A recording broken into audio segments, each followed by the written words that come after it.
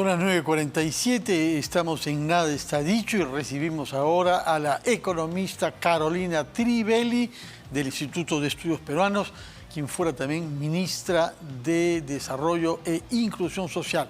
Muy buenas noches, Carolina Trivelli. Gusto, como siempre. ¿Me escucha usted bien? Sí, te escucho bien. Buenas noches. Queríamos saber cuál es el balance que hace de los primeros pasos a la distribución de este bono de 600 soles atribuido a 4.200 familias de las provincias sometidas a una cuarentena en el grado más extremo.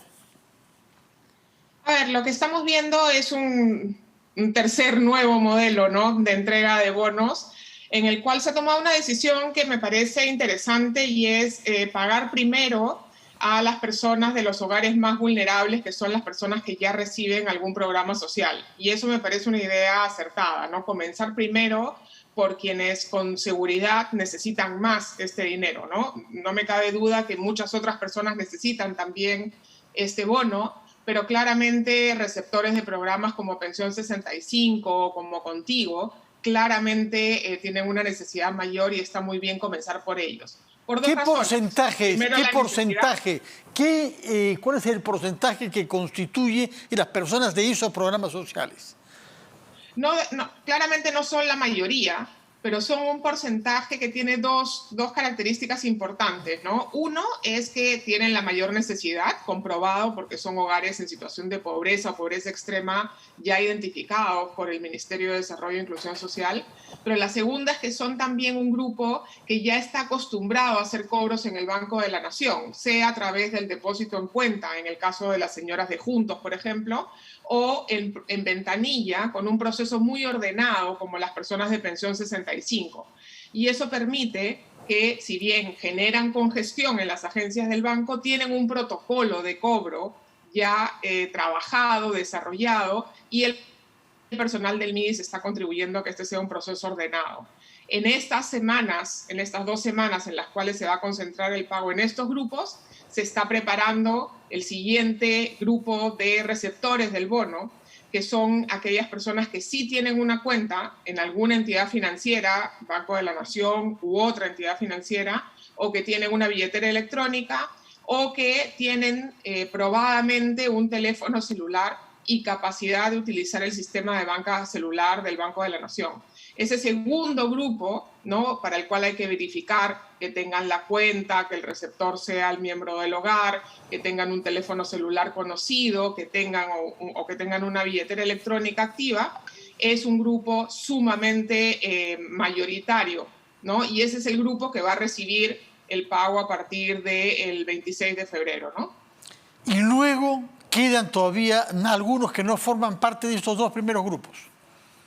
Exacto, queda un grupo que ya no es mayoritario, que son aquellas personas que o no tienen una cuenta, que no están en ningún programa social y que además no han tenido posibilidad de hacer la verificación del teléfono celular, por lo tanto no han podido participar de banca celular, o que viven en una zona donde la conectividad no es la adecuada, o que son personas de edad avanzada, que no tienen capacidades digitales para usar alguno de estos mecanismos. Esas personas se programarán en la última etapa para que asistan a un centro de cobro, mayoritariamente agencias del Banco de la Nación. Pero no solo, porque se insistió en que se podía usar también bancos privados. Entiendo que esa decisión no está cerrada todavía, si es que solo va a ser Banco de la Nación o van a haber algunas otras alternativas, ¿no? Se han discutido opciones complementarias, ¿no?, como que se definan algunos centros de pagaduría especializados al aire libre que permitan que no veamos lo que vimos en diciembre pasado, que fue estas colas larguísimas y estas congestiones en agencias pequeñas del Banco de la Nación en zonas muy populosas, ¿no? Claro, hay que evitar esta concentración de personas, sobre todo de personas vulnerables, ¿no? De acuerdo. ¿Qué sabemos de lo que hemos visto hasta ahora de la pulcritud de los padrones?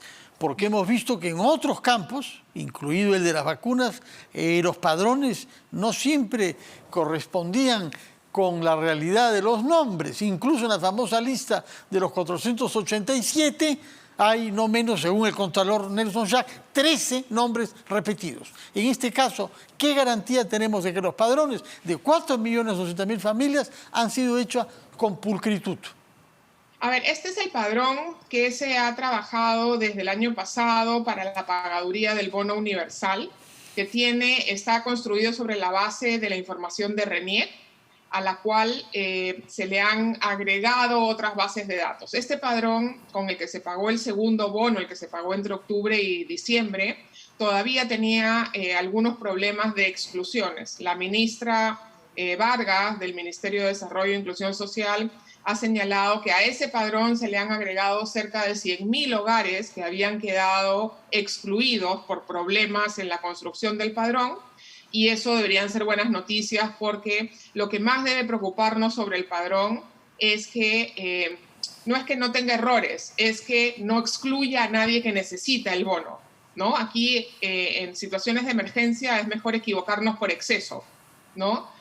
Lo que más nos debe importar es asegurar que personas que tienen que recibir el bono lo reciban, ¿no? Y eso es donde, entiendo, el MIDIS ha concentrado el esfuerzo de revisión del padrón.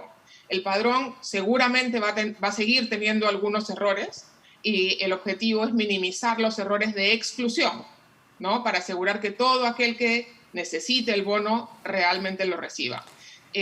Los otros errores no van a ser de duplicidad, porque como se ha construido a partir del registro de RENIEC, difícilmente que haya duplicidad. La mayor fuente de problemas en ese padrón es la asignación de los distintos DNIs a un mismo hogar, ¿no? Mi DNI está asociado al DNI de mis hijos porque vivimos los tres en el mismo hogar, ¿no? Pero es posible que en algunos casos se haya asignado a un mismo hogar a personas que ya no son parte del mismo hogar, que probablemente sean dos hogares diferentes, niños que crecieron y se independizaron, familias que se convirtieron en dos hogares por la separación de los cónyuges, o distintas situaciones, ¿no?, que se pueden haber dado. Y eso sí es probable que el padrón no lo esté registrando de manera adecuada, porque son procesos difíciles de seguir mirando solo bases de datos, ¿no? Una pregunta que quizás es más difícil que las anteriores porque es menos cuantitativa y tiene más que ver con la realidad de la vida de las personas. ¿Qué sabemos sobre el impacto de este bono en el comportamiento económico y en el acceso al consumo alimentario de las personas que son beneficiarias de él? Bueno, lo que sabemos de las revisiones más cualitativas que se han hecho es que el grueso de los recursos de los bonos se han destinado a tres usos principales: alimentación, pago de deudas de servicios públicos, ¿no? Mucha gente que no había podido cumplir con obligaciones con las empresas de electricidad o de telefonía o de agua, y pago de deudas. Recordemos que las familias más vulnerables a lo que recurren en situaciones de emergencia es a endeudarse, no necesariamente con una entidad financiera, pero a obtener fiado de la bodega, préstamos de algún vecino, de algún pariente, y entonces el repago de deudas es muy importante. Hoy día Pablo Lavado ha sacado unas estimaciones de a cuánto subiría la pobreza, y entre sus conclusiones, ¿no?, usando información de la Encuesta Nacional de Hogares al tercer trimestre, señala que los apoyos entregados por el Estado a través de bonos y a través de donaciones de alimentos podrían haber evitado que la pobreza, si bien la pobreza ha subido, hubiera subido entre 3 y 5 puntos más en ausencia de estas ayudas. O sea que estos bonos, estos apoyos alimentarios son sumamente relevantes para contener el incremento en la pobreza. Ahora bien, estos bonos benefician solamente a las familias de los departamentos o de las provincias que han sido declaradas en el riesgo más alto de contagio. ¿Qué implica? Aquellos que están en confinamiento, ¿no? Sí, las que hallándose en este régimen no pueden trabajar. Pero ¿cómo es percibido por personas de otras provincias y de otros departamentos que recibieron antes un bono universal y que ven que ahora solamente se está dando a estos 10 departamentos y algunas provincias añadidas? Claramente eso genera una dificultad comunicacional y hace ver que ya no estamos teniendo bonos universales, vamos a tener, como son ahora las cuarentenas, más focalizadas. Si la cuarentena es focalizada, la ayuda también es focalizada, porque esta ayuda lo que busca no es compensar la situación de crisis general, sino la restricción en las posibilidades de que las personas se generen fuentes de ingreso, ¿no? Si bien uno podría pensar que igual las personas que están en provincias que no tienen cuarentena tan estricta requieren algún apoyo, están recibiendo algunos otros apoyos, ¿no? Apoyo alimentario a través de comedores populares y ollas comunes, apoyos puntuales a través de programas sociales que han crecido en su cobertura, pero claramente la entrega de dinero en efectivo a través de los bonos se ha concentrado solo en aquellas zonas en las cuales a grupos importantes de la población se le han restringido las posibilidades de salir a trabajar y a generarse ingresos. Ahora bien, este bono fue concebido para compensar a las personas, como usted dice, que no podían salir durante 14 días. Entre tanto, ya sabemos que se ha duplicado el plazo, por lo menos duplicado hasta ahora. En consecuencia, técnicamente debería pensarse en otro bono. He escuchado a la Premier señalar que el cálculo de 600 soles se hizo pensando en el soporte que necesitaría una familia, soporte complementario, porque no se han restringido todas las actividades productivas, por ende no todas las fuentes de ingreso de las familias, pensando en un mes, ¿no? Si la cuarentena se alargara más, probablemente sí habría que reconsiderar el monto.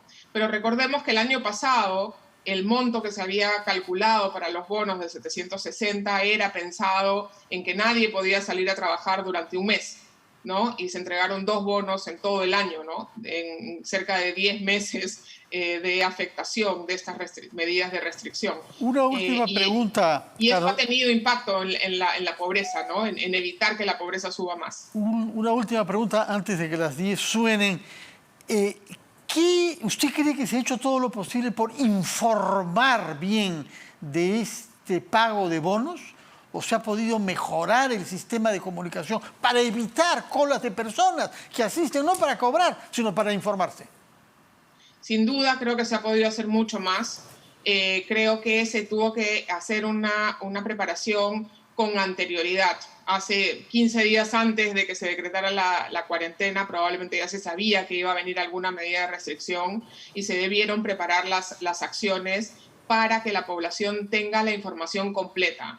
Cuando hay información dudosa o incompleta, la gente requiere completar esa información y la única forma en la cual confían es asistir al banco. Y yo creo que ese es una de las grandes lecciones que hemos sacado de esto. Si no damos información completa y oportuna a todas las personas, lo que vamos a generar es un riesgo de contagio, como vemos en las afueras de las agencias del Banco de la Nación, sobre todo. Muchas gracias, Carolina Trivelli, por su tiempo y por sus respuestas claras y precisas sobre este tema.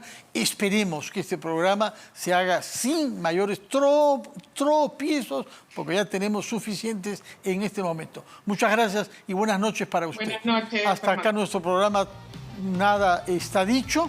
Y los invitamos mañana a las 9 de la noche a la última versión de esta semana con él.